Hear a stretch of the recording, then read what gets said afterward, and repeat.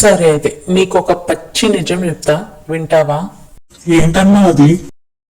మిగతా వాళ్ళ గురించి నాకు తెలియదు కానీ మనం నమ్మిన యేసయ్య మాత్రం శ్రమలు కష్టాల ద్వారానే మనల్ని శిక్షణ చేస్తాడు. నిజానికి ఆ శ్రమల ద్వారానే మనకి విధేయత నేర్పిస్తాడు. లోకంలో అందరూ సుఖంగా జీవించటమే జీవిత లక్ష్యం అనుకుంటారు, కానీ ఒక నిజమైన విశ్వాసి మాత్రం ఎన్నో పోరాటాలు వచ్చినా సరే వాటన్నిటినీ దాటుకొని నిరీక్షణతో పోరాడి విజయం సాధించి ఈ లోకయాత్రను ముగించాలి అనుకుంటాడు. సాక్షాత్తు మన ప్రభు అయిన యేసుక్రీస్తు కూడా దీనికి అతీతం కాదు. ఇది ఎలా చెప్తావు అని నన్ను అడిగితే హెబ్రీ పత్రిక 5వ అధ్యాయం 8వ వచనం ప్రకారం ఆయన కుమారుడై ఉండి తాను పొందిన శ్రమల వలన విధేయతను నేర్చుకొనెను అని స్పష్టంగా పౌలు తన పత్రికలో రాయేశాడు. అంతేకాదు రోమాపత్రిక 5వ అధ్యాయం 3-4 వచనాల ప్రకారము శ్రమ ఓర్పును, ఓర్పు పరీక్షను, పరీక్ష నిరీక్షణను కలుగజేయనని ఎరిగి శ్రమల యందు అతిశయపడుదుము, ఎందుకనగా ఈ నిరీక్షణ మనల్ని సిగ్గుపరచదు అని లేఖనాలు సెలవిస్తున్నాయి. అర్థం చేసుకోవడానికి ట్రై చేస్తున్నాం కానీ నాకు అర్థం కాలేదన్నా. టెన్షన్ పడుకు, నేను అర్థమయ్యేలా చెప్తాను. బైబిల్లో భక్తుల గురించి వద్దులే గాని యేసయ్య లైఫ్ ద్వారానే నీకు అర్థమయ్యేలా చెప్తాను. మన యేసయ్య ఈ లోకానికి వచ్చింది మత్తయి సువార్త 11వ అధ్యాయం 28వ వచనం ప్రకారం, ప్రయాసపడి భారం మోసుకొంచున్న సమస్త జనులారా నా యుద్ధకు రండి, నేను మీకు విశ్రాంతి కలుగజేతను అని ఒక్క లైన్లో స్పష్టంగా చెప్పారు. ఈ మాట చెప్పక మునుపు, అంటే మన ప్రభు అయిన క్రీస్తు పరిచర్యకు రాక మునుపు 30 సంవత్సరాలు తన తల్లిదండ్రుల వద్దనే ఉన్నారు. కానీ ఏం చేశారో తెలుసా? తన తల్లి అయిన మరియు భర్త అయిన యోసేపుకు లోబడి ఉండి అతనితో పాటు వడ్లవానిలా పనిచేశాడు. సర్వలోకానికి రాజైన యేసుక్రీస్తు ప్రభువు 30 సంవత్సరాలు ఇంట్లోనే తల్లిదండ్రులతో కష్టపడి పనిచేస్తూ 30వ ఏట తన పిలుపు కొరకు ఇంట్లో నుండి బయలుదేరారు. మరి ఆయనకి నీ నిరుద్యోగ సమస్య తెలియదంటావా?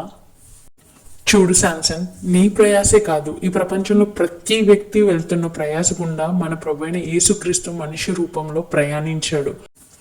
అంతేకాదు మన శ్రమలకు మించిన గొప్ప ప్రయాస అంటే సిలువ ప్రయాసని తన మార్గం గుండా ఆయన ఒక్కడే తన భుజాలపై ఆ కలువరి గిరి వరకు మోసుకుంటూ వెళ్ళాడు. ఆ శ్రమలో తనతో పాటు నిలిచిందెవరు? కానీ ఈరోజు మన శ్రమలు అంత పెద్దవి కాదు. మన యొక్క బాధని పంచుకోవటానికి చుట్టూ అమ్మ, నాన్న, స్నేహితులు, ఆత్మీయులు ఉన్నారు. హెబ్రీ పత్రిక 12వ అధ్యాయం 4వ వచనం ప్రకారం ఇంకా రక్తం కారునంత శ్రమలైతే మనము అనుభవించటం లేదు కదా. అందుకే నీ ప్రయాస నా ప్రయాస తెలిసిన వాడు గనుకనే మన ప్రభువు ప్రయాసపడి భారం మోస్తున్న సమస్త జనులారా నా యుద్ధకు రండి, నేను మీకు విశ్రాంతి కలుగజేస్తాను అని పిలుస్తున్నాడు. ఎందుకంటే ఈ ప్రతి ప్రయాస, ప్రతి వేదన ఆయన తన కలువరి సిలువలో ఆల్రెడీ ఎరిగి ఉన్నాడు. దానికి క్రయధనం అప్పుడే ఆయన చెల్లించాడు. ఈ రోజు నీ భారం మోసిన వాడు ఒకడున్నాడు అని నువ్వు మర్చిపోతూ నీ భారం ఇంకా నీ భుజాలపైనే మోస్తూ క్రీస్తుని నువ్వు నిందిస్తున్నావు తమ్ముడు. అయ్యో అలా కాదన్నా. సర్లే, నీ బాధ నేను అర్థం చేసుకోగలను, కానీ ఇదంతా నీకు ఇప్పుడు ఎందుకు చెప్తున్నానని నీకు డౌట్ రావచ్చు. ఇప్పుడు కాసేపు మన విశ్వాసాన్ని పక్కన పెట్టి ప్రాక్టికల్ వరల్డ్లోకి వద్దాం. According to India employment report 2024, దేశంలో ప్రతి 3కి ఒక వ్యక్తి నిరుద్యోగిగా ఉన్నారు. అలాగే ఇండియాలో అన్ఎంప్లాయ్మెంట్ రేట్ 29.1% వరకు పెరిగిందట. అంటే దాని అర్థం 100కి దగ్గర 29 మంది నీలానే నిరుద్యోగ సమస్యతో బాధపడుతున్నారు. ఈ లిస్ట్లో గ్రాడ్యుయేట్స్ ఉన్నారు, పోస్ట్ గ్రాడ్యుయేట్స్ ఉన్నారు, ఇంకా 10th 12th డ్రాప్అవుట్స్ని కూడా కలిపితే పర్సంటేజ్ ఇంకా పెరుగుతుంది. ఇప్పుడు నువ్వు గుర్తుంచుకోవాల్సిన విషయం ఏంటంటే ఆ 29లో నువ్వు ఒకడివి. నీలా నిరుద్యోగ సమస్యతో బాధపడుతున్నా ఇంకా 28 మంది ధైర్యంగా బ్రతుకుతున్నారు. అలాంటప్పుడు నువ్వే చచ్చిపోవాల్సిన అవసరం ఏంటి శాంసన్? వాళ్ళందరూ నీలా చావటానికి పోరాటం చేయట్లేదు, బ్రతకడానికి తమ శక్తి లోపం లేకుండా చేతికి వచ్చిన పని చేస్తూ జీవితానికి ఎదురు ఇది పోరాడుతున్నారు. నీ శక్తి లోపం లేకుండా నీవు సంతోషంగా చేయగలిగే ఏదో పని నీకు తెలిసే ఉంటుంది. నీవు ఉద్యోగ ప్రయత్నాలు చేస్తూ ఆ పని చేయి. కేవలం ఉద్యోగం ఉంటేనే మనుషులం అన్నట్టు కాదు శాంసన్. రేపటిని ధైర్యంగా ఎదుర్కొనగల దమ్మున్న, ధైర్యమున్న వ్యక్తి మాత్రమే నిజమైన మనిషి. అలాంటి వారికి భూమి మీద బ్రతికే అర్హత, అధికారం ఉంది.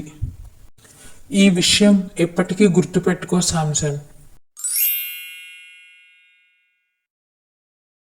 ఈసారి నీకు ఎప్పుడైనా చనిపోవాలి అని అనిపించినప్పుడు ఒక్కసారి ఇన్నాళ్ళు నీ కోసం తమ రెక్కల కష్టార్జితంతో సంపాదించిన ప్రతి రూపాయి నీ కోసం ఖర్చు చేసిన నీ తల్లిదండ్రులను గుర్తు తెచ్చుకో.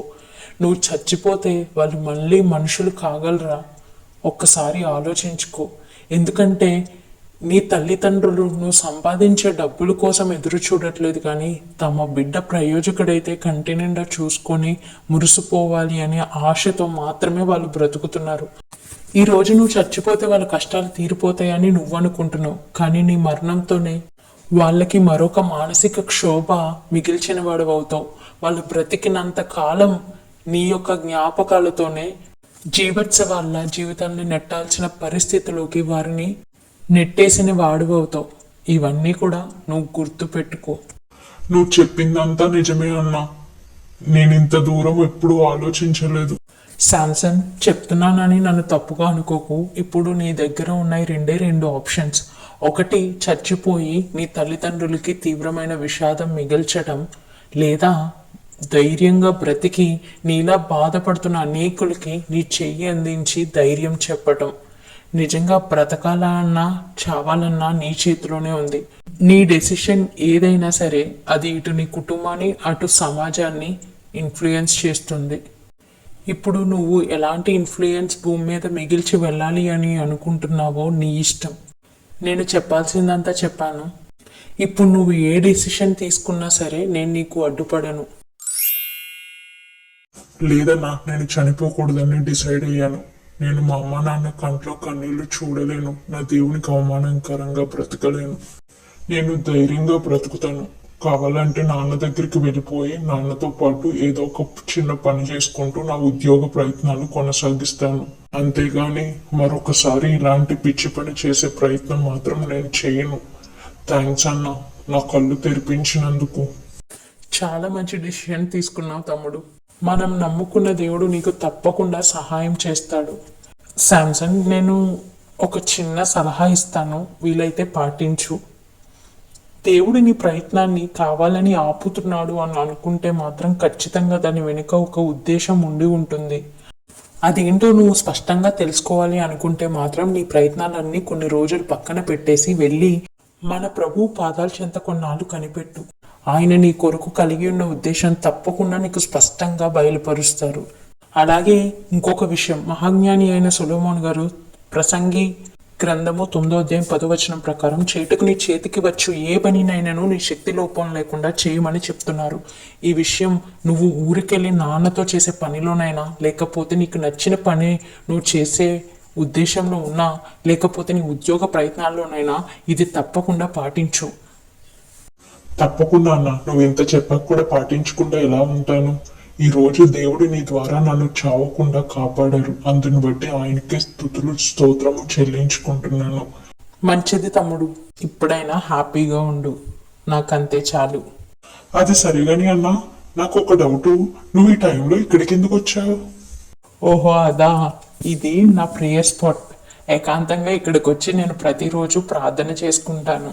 అయితే నేను కూడా రేపటి నుంచి నీతో కలిసి ఇక్కడ ప్రార్థన చేస్తానన్నా. ఓకేనా నీకు? సరే, నీ ఆనందం నేను ఎందుకు కాదంటాను. వచ్చేటప్పుడు నాకు కాల్ చేసి చాలు.